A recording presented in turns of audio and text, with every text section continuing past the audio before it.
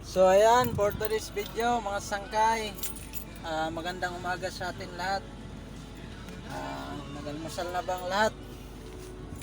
So status natin today,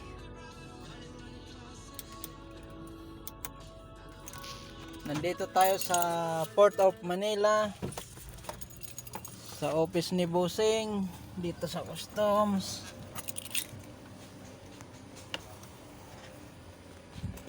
So sa kanya muna tayo ngayon kasi wala namang pasok yung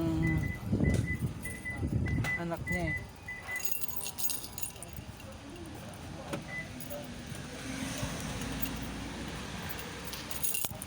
Tatagal ba kayo, Brad? Bakit? Diyan lang naman ako sa ano. Hindi, ibig sabihin magtatagal kayo? Hindi ko alam kayo sir.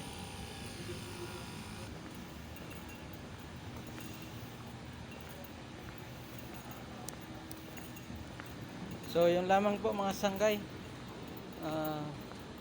Ingat sa atin ang lahat.